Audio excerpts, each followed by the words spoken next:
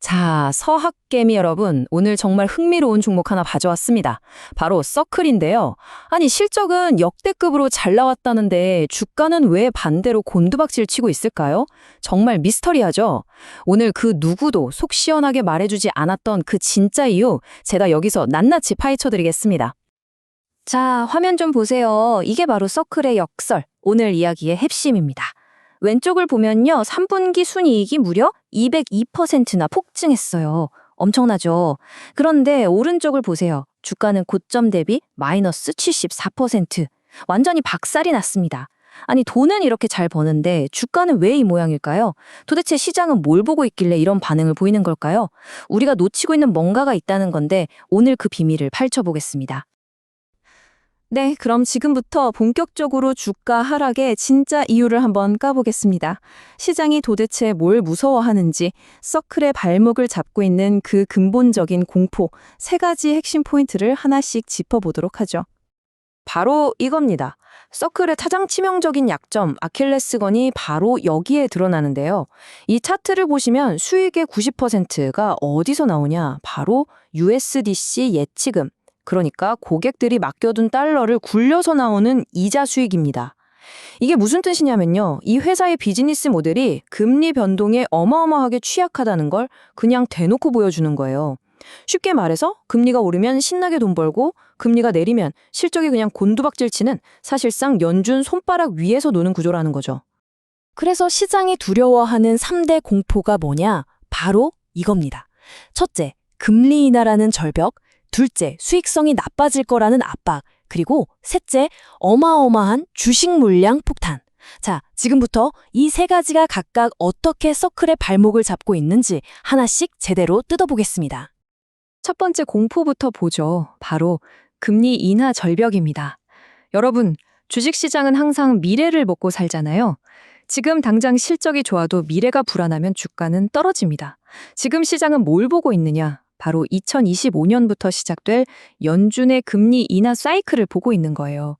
이게 왜 치명적이냐면 서클이 굴리는 돈의 60% 이상이 2026년에 만기가 돌아오는 단기 국채거든요. 지금은 5% 넘는 꿀 수익을 내고 있지만 금리가 내려가면 이게 3%대로 뚝 떨어질 거란 말이죠. 자, 여기서 핵심은 뭐냐?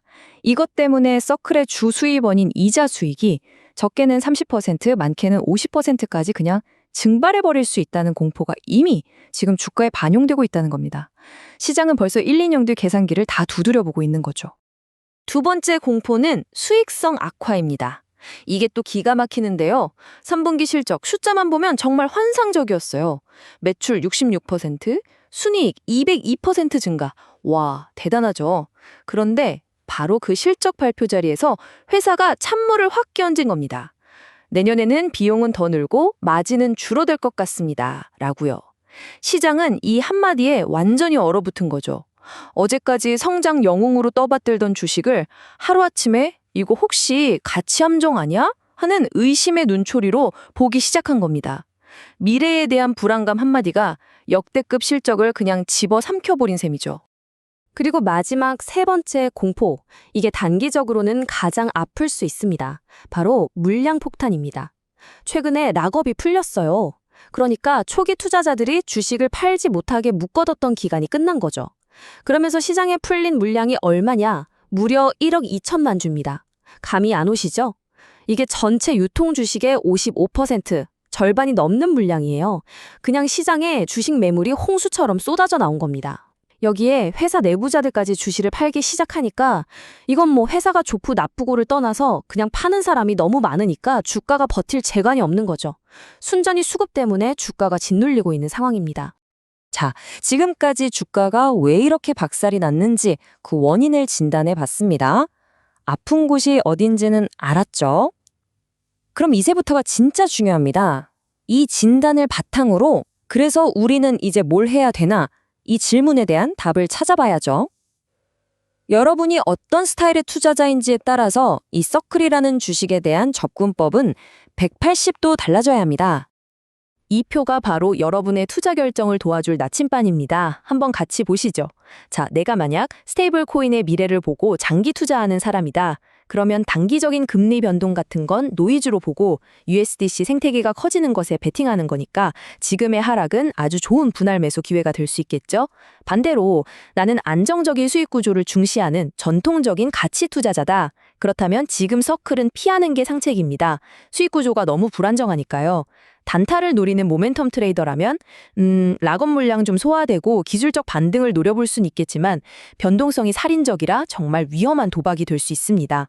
자, 그럼 마지막으로 ARK의 캐시우드처럼 파괴적 혁신에 투자하는 성장주 투자자라면 어떻게 봐야 할까요? 바로 이겁니다. 여기에 아주 중요한 힌트가 있죠. 혁신의 아이콘, 돈나무 언니 캐시오드가 이끄는 아크 인베스트가 최근에 서클 주식을 3천만 달러, 우리 돈으로 400억 원어치 넘게 추가로 샀습니다. 그들의 투자 철학은 아주 명확해요. 쌀 때 사서 3년에서 5년 묻어둔다. 이 사람들은 지금의 금리 문제, 물량 문제 이런 단기적인 소음은 아예 신경도 안 쓰는 겁니다. 오로지 이 회사가 미래에 가져올 파괴적인 혁신, 그 그림 하나만 보고 베팅하는 거죠. 만약 여러분이 이런 스타일의 투자자라면 지금의 폭락이 엄청난 기회로 보이겠죠? 좋습니다. 그럼 이제 미래로 한번 가보시죠. 앞으로 서클의 주가가 어떻게 흘러갈지 2026년 말을 기준으로 가장 가능성 있는 3가지 시나리오를 그려보겠습니다. 이건 제가 점을 치는 게 아니고요. 우리가 앞으로 뭘 지켜봐야 하는지, 어떤 이정표를 보고 따라가야 하는지 알려드리는 지도라고 생각하시면 됩니다. 서클의 미래는 크게 3갈래 길로 나뉩니다. 최악의 경우, 보통의 경우, 그리고 최상의 경우. 이 표에서 진짜 주목해야 할 점은요, 시나리오별로 예상 주가의 차이가 어마어마하다는 겁니다. 이게 뭘 의미하겠어요? 그만큼 서클의 미래가 불확실하고 어떤 길로 가느냐에 따라 투자 결과가 천국과 지옥을 오갈 수 있다는 뜻입니다. 자, 먼저 최악의 시나리오, 베어 케이스부터 보겠습니다. 이건 말 그대로 악몽 같은 상황인데요. 이자 수익은 예상대로 반토막이 났는데 결제 플랫폼 같은 새로운 먹거리는 전혀 찾지 못한 거예요. 심지어 경쟁사인 테더한테 시장 점유율까지 계속 뺏기는 거죠.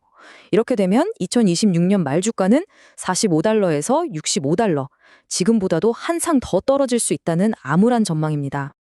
다음은 가장 현실적인 시나리오, 중립적인 경우입니다. 금리 인하 때문에 이자 수익이 줄어드는 건 어쩔 수 없지만 다행히 기업 간 결제나 자산 토크너 같은 새로운 사업에서 돈을 벌기 시작하는 거죠. USDC 점유율도 지금 수준은 지켜내고요. 이 정도만 해줘도 2026년 주가는 110달러에서 150달러까지는 갈 수 있습니다. 지금 가격 생각하면 꽤 괜찮은 수익률이죠. 마지막으로 모두가 꿈꾸는 최상의 시나리오, 불케이스입니다. 이건 정말 대박 시나리오인데요. USDC가 그냥 스테이블 코인이 아니라 우리가 인터넷 쓸 때 HTTP 쓰는 것처럼 전 세계 디지털 결제 표준 프로토콜이 되는 겁니다. 이자 수익에 더 이상 목매지 않고 수익 구조를 완전히 바꾸는 데 성공하는 거죠. 이렇게만 된다면 주가는 250달러 이상, 그야말로 천장을 뚫고 날아갈 수도 있습니다. 전형적인 하이리스크 하이리턴의 정석이죠. 자, 그럼 이제 모든 분석을 하나로 모아서 가장 중요한 질문, 그래서 지금 사야 돼, 말아야 돼, 여기에 대한 결론을 내릴 시간입니다.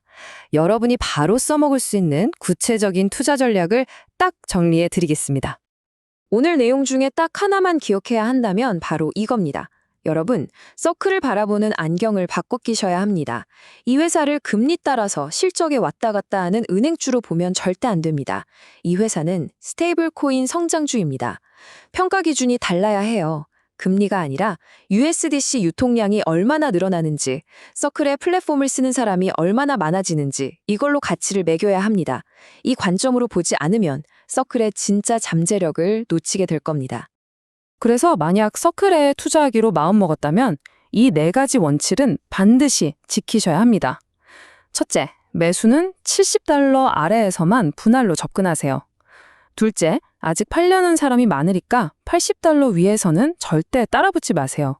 추격 매수는 금물입니다.